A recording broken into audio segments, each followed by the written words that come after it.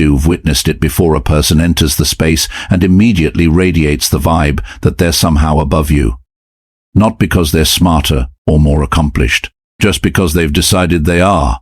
And without a single word, most people accept that unspoken ranking. They soften their voice. They measure their sentences.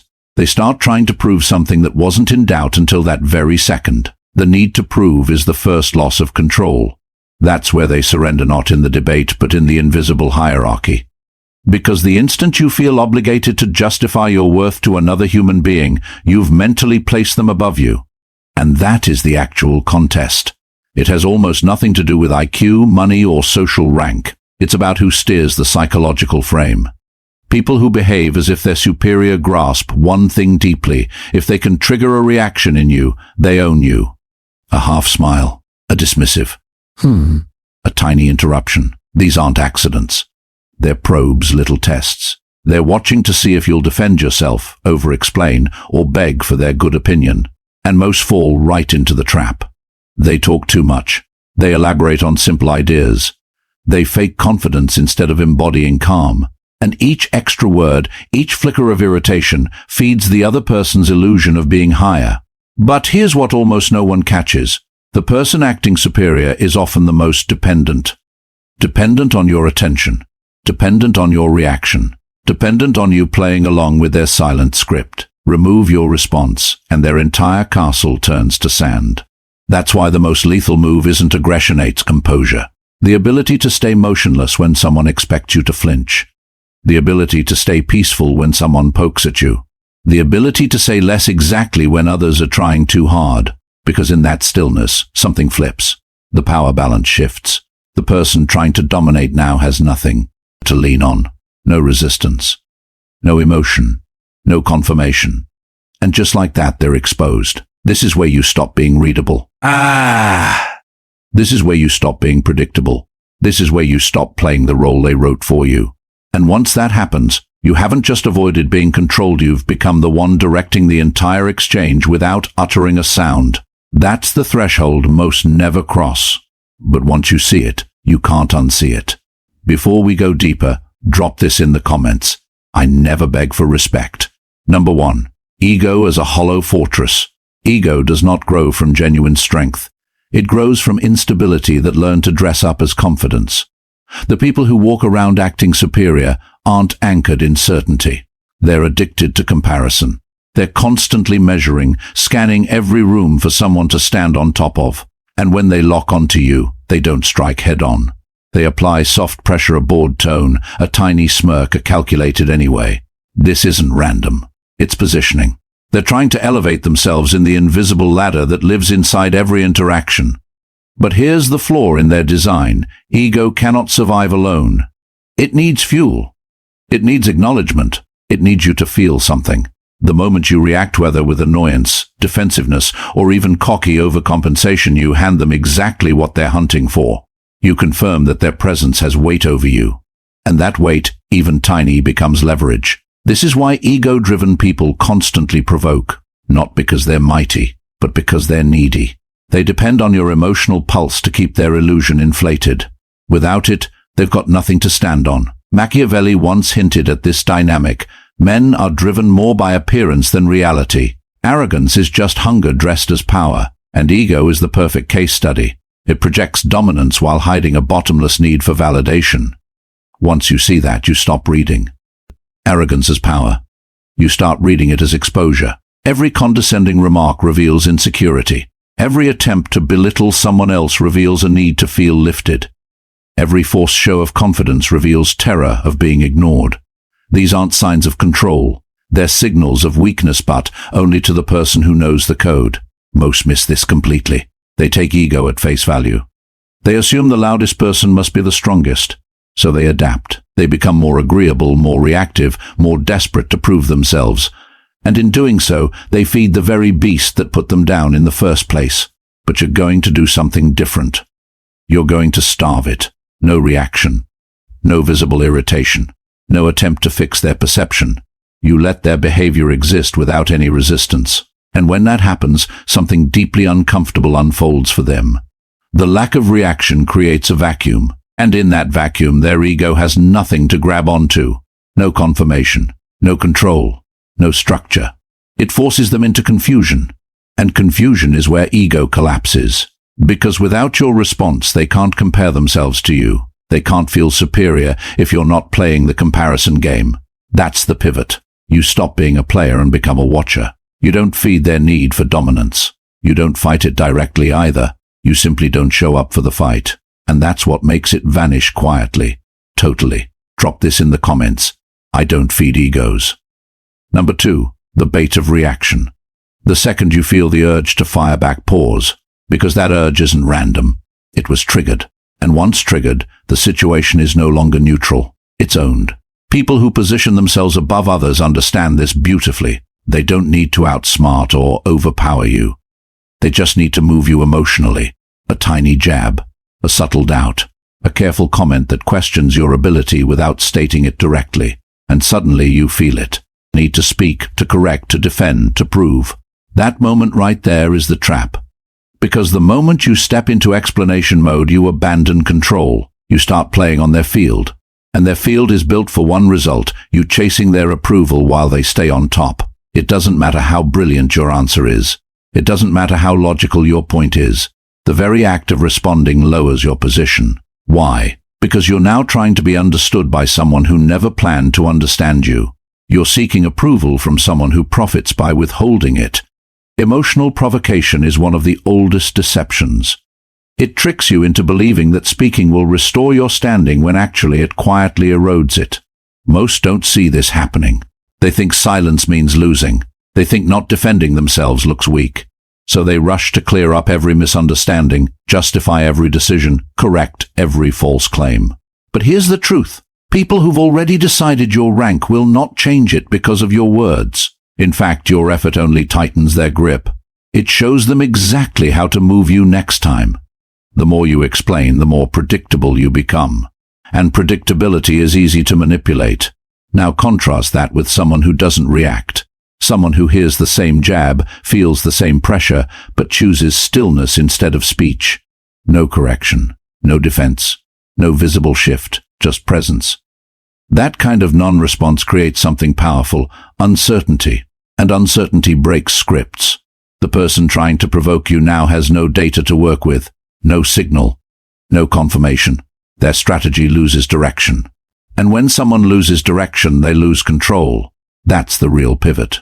You stop trying to be understood. You stop trying to win rigged arguments. You realize that not every remark needs a reply, and not every challenge deserves your focus.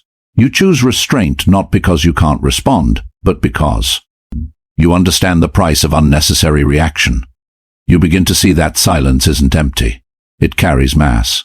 It broadcasts stability.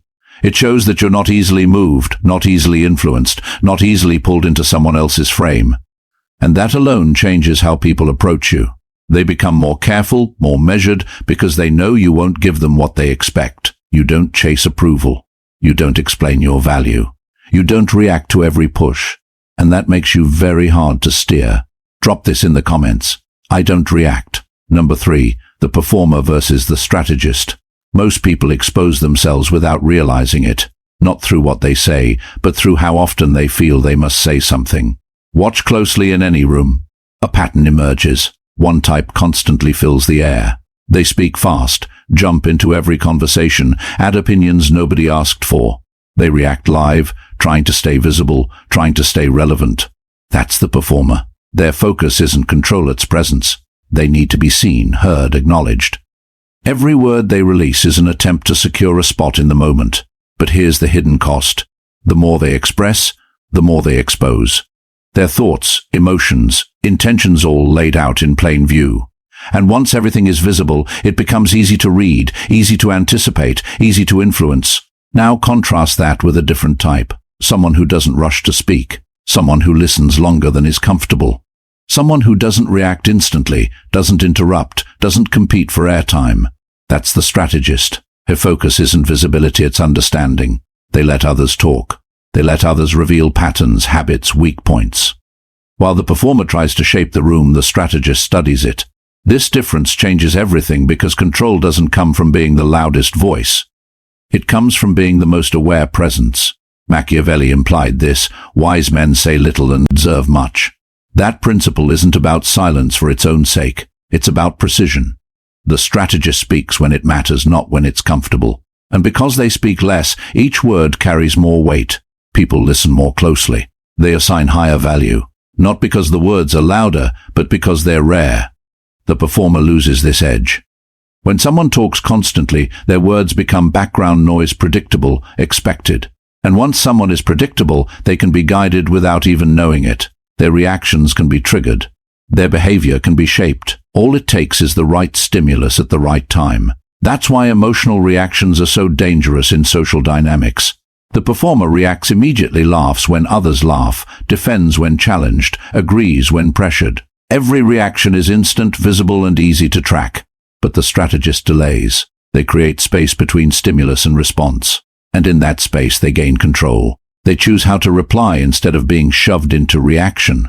That delay alone makes them harder to read, harder to predict, harder to manipulate. Over time, this creates a shift in perception. People start noticing something different. The strategist doesn't chase attention, yet attention moves toward them. They don't fight for dominance, yet their presence feels stronger because they're not performing, they're positioning. They understand that every unnecessary word is a leak of leverage. Every uncontrolled reaction is a loss of power, so they conserve both. They observe patterns others miss. They detect tension others ignore. And when they finally act, it's not impulsive, it's calculated. That's the real difference. One is trying to be seen. The other is quietly taking control of the whole dynamic. Drop this in the comments. I observe more than I perform. Number 4, strategic silence and emotional separation. Most people think power comes from pushing back, from answering every challenge, from proving they cannot be disrespected. But that mindset keeps them trapped in an endless loop of reaction. They believe they're standing strong when in reality they're being moved again and again by outside pressure. Every time someone provokes them and they respond, they give away something precious, control over their own internal state. And once your state is controlled, your decisions follow. That's how subtle dominance works, not by force, but by influence. This is why strategic silence is not passive. It is deliberate. It is chosen. It is a refusal to engage on terms designed to pull you down. When someone tries to challenge you emotionally, they expect resistance. They expect a shift in your tone, your posture, your expression. They're waiting for signs that they've landed a hit. But when none of that appears, the entire interaction changes direction. No friction, no escalation, no confirmation. Just stillness. And that stillness creates pressure on them instead, because now they're the only one moving. They're the only one exposing themselves. And the more they try, the more obvious their intent becomes. Machiavelli captured this form of control when he suggested that true strength lies in restraint rather than display. Not everything requires an answer. Not every moment deserves engagement. And not every person is worth your energy.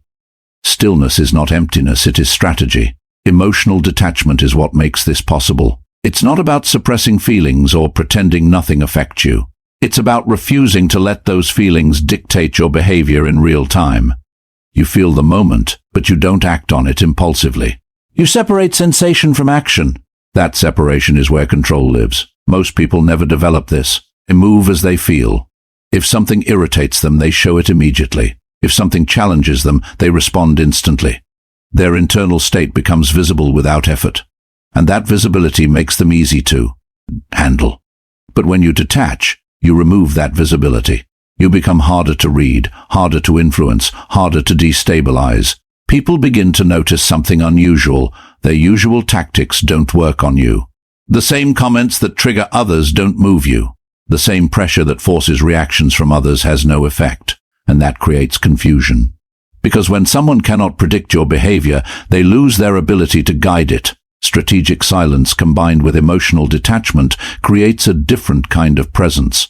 You are there but not easily accessed, engaged but not reactive, aware but not affected. This doesn't make you distant. It makes you controlled. You choose when to speak. You choose when to respond. You choose when to act. Nothing is pulled out of you without your consent. Over time, this builds something powerful. People begin to hesitate before approaching you in a certain way. They become more careful with their tone, their words, their behavior. Not because you demanded respect, but because your control made disrespect useless. That's the shift. You don't fight ego with ego. You don't match energy with energy. You remove yourself from the pattern entirely. And in doing so, you take control without ever needing to show it. Drop this in the comments. I stay unshaken. Number 5. Gathering information as leverage. While most people are busy reacting, talking, and trying to hold their position, something else is happening quietly in the background. Patterns are forming. Signals are being revealed. Weak points are showing themselves, but only to the person who is paying attention. This is where real advantage is built. Not through force, not through confrontation, but through observation. When someone believes they are above you, they become careless. They assume you're not a threat, which lowers their guard. And when the guard drops, the truth starts leaking out. Their tone changes depending on who they're speaking to. Their confidence rises and falls based on validation. Their behavior shifts when they feel ignored. These aren't random inconsistencies. They are indicators. Every small reaction, every shift in expression, every repeated habit tells you something about how they operate. And once you understand how someone operates, you understand how they can be influenced. Machiavelli pointed toward this kind of awareness when he emphasized studying human nature instead of just reacting to it, because people rarely hide who they are for long. They reveal themselves through repetition. Most miss this entirely because they are too focused on being understood instead of understanding others. They're caught in their own reactions, their own thoughts, their own need to respond. But when you step out of that cycle, you gain a different perspective. You begin to notice timing. You see when someone speaks with certainty and when they hesitate. You recognize what triggers their confidence and what disrupts it. You detect what they avoid and what they overcompensate for. These aren't surface observations. They are leverage points. Because every insecurity creates a predictable reaction. Every need creates a pattern, and every pattern can be used. The person who needs recognition will always move toward attention. The person who fears being ignored will overextend to stay visible. The person who depends on appearing superior will react when that image is questioned. Once you see these patterns clearly, you don't need to confront them directly. You simply position yourself in a way that exposes them. You allow situations to unfold where their habits reveal them even more. You don't interrupt. You don't challenge. You let them continue. And the more they continue, the more they expose. This is where patience becomes power, because leverage is not created instantly. It is built over time. Every interaction adds data. Every moment adds clarity. And while they believe they are in control of the situation, they are actually giving you everything you need. Information becomes your advantage, not because you use it aggressively, but because you hold it quietly. You understand what moves them, what unsettles them, what they rely on. And that understanding changes how you respond. You no longer react randomly. You act with intention. You choose moments carefully. You decide when to engage and when to remain still, because now you're not guessing. You're operating with insight, and insight is what separates control from reaction. Over time, this creates a silent shift in power. The person who once seemed dominant begins to feel uncertain. Not because you challenge them, but because they can no longer predict you while you can read them clearly. That imbalance is where control forms. You don't need to announce it. You don't need to display it. You simply hold it quietly, precisely, and that's what makes it dangerous. Number 6. The advantage of being underestimated. Most people fear being underestimated. They feel the need to correct it immediately. The moment someone doubts them, overlooks them, or assumes they're less capable, they rush to change that perception. They talk more, show more, reveal more. They try to prove their intelligence, their skill, their value. But in doing that, they give away one of the most powerful positions you can hold, being unseen. Because when someone underestimates you, they relax. They stop analyzing you. They stop preparing for you. They stop considering you a factor in their decisions. And that creates space. Space to observe. Space to move without resistance. Space to build without interference. This is not a disadvantage. It is a strategic position. Machiavelli understood this principle when he noted that appearing less threatening can be more effective than appearing strong, because visible strength invites opposition. But quiet presence goes unnoticed until it's too late to respond. When you are underestimated, people reveal more around you. They speak freely. They act naturally. They drop the guarded behavior they would normally maintain around someone they consider equal or superior. And in that relaxed state, they expose patterns, intentions, and weaknesses without realizing it. Most people never get access to this level of visibility because they are too focused on being recognized. They want acknowledgement. They want respect. They want to be seen as capable immediately. But recognition comes with attention. And attention brings scrutiny. The more visible you become, the more others evaluate you, challenge you, and adjust their behavior around you. That reduces your ability to move freely. But when you allow yourself to be underestimated, you remove that pressure. You operate without being watched closely. You gather information without being questioned. You position yourself without being resisted. This is where patience becomes essential because the urge to prove yourself doesn't disappear. It has to be controlled. There will be moments where you feel the need to show what you know, to correct someone's false assumption, to demonstrate your capability. But acting on that urge too early destroys the advantage. Timing matters. The reveal matters. If you show everything at the beginning, you leave nothing for later. But if you hold back, if you stay composed and let others maintain their assumptions, you create a delayed impact. And delayed impact is far more powerful than immediate validation. Because when the moment finally comes, when you choose to act, speak, or demonstrate, there is contrast. The same people who dismissed you are now forced to reassess you. And that shift is stronger than anything you could have forced through explanation. It creates respect without asking for it. It creates attention without chasing it. It creates presence without effort. This is how you move strategically, not by constantly displaying your ability, but by controlling when and how it is revealed. You don't need to correct every misconception. You don't need to respond to every doubt. You don't need to prove yourself on demand. You let time do part of the work. You let perception build naturally. And when you finally step forward, it's not to prove something. It's to establish something quietly, clearly, effectively. That's the advantage of being underestimated. It gives you room to prepare while others remain unprepared for you. And in any interaction, the one who is prepared always has the edge. Drop this in the comments. I move unseen. Number 7, silent dominance and psychological presence. There's a level of control most people never reach, not because it's complicated, but because it requires restraint they don't have. They think dominance is loud. They think it's about asserting, interrupting, correcting, overpowering. But real dominance doesn't need to announce itself. It's felt before it's seen. It changes the atmosphere without effort. When someone carries silent dominance, the room adjusts around them. Conversations shift, tones soften. Movements become more measured. Not because they demanded it, but because their presence influences the environment naturally. This doesn't come from status or appearance. It comes from internal stability. When you're not easily moved, people notice.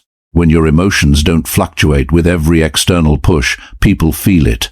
When your behavior remains consistent under pressure, people register it even if they can't explain why. That consistency builds something powerful, psychological weight. Machiavelli suggested that it is better to be respected than merely liked.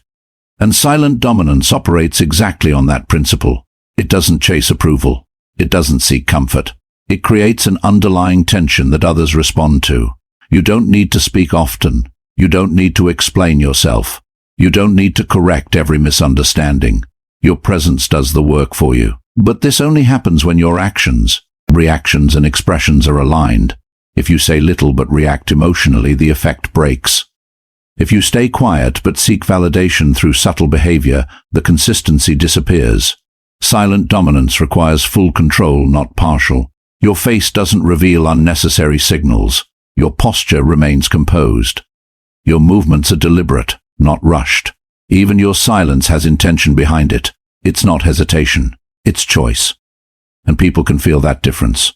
They sense when someone is quiet because they are unsure, and when someone is quiet because they are in control. That distinction is everything. Most individuals try to create dominance through force. They raise their voice. They interrupt. They try to impose themselves on the interaction. But that approach creates resistance. It invites challenge. It turns the situation into a contest. Silent dominance avoids all of that. It doesn't compete. It positions. It doesn't force attention. It attracts it. And once attention is there, it holds it without effort. This is why stillness becomes powerful. Not physical stillness alone, but internal stillness. No unnecessary movement, no restless behavior, no impulsive reactions, just controlled presence. When someone like this enters a situation, others instinctively adjust. They become more aware of their own behavior. They second-guess what they were about to say. Real control is felt, not announced. They measure their tone more carefully because they can't read you easily. And what they can't read, they respect or even fear. Over time, this creates a shift in how people treat you. You no longer need to demand anything. You don't need to prove anything. Your presence sets the tone before you even speak. And when you do speak, it carries weight because it's not constant. It's selective. It's precise. That's the final level. Not reacting. Not explaining.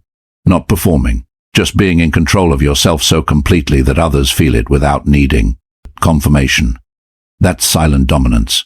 And once you reach that point, people who once tried to position themselves above you will no longer see you the same way. Not because you argued with them, but because you became something they couldn't influence. Drop this in the comments. I command without words. At this point, you should see it clearly. The game was never about proving yourself. It was never about winning arguments, correcting people, or forcing respect. That approach keeps you trapped in reaction. It keeps you moving based on someone else's behavior. And the moment you move like that, you give away control. What you've learned here is different.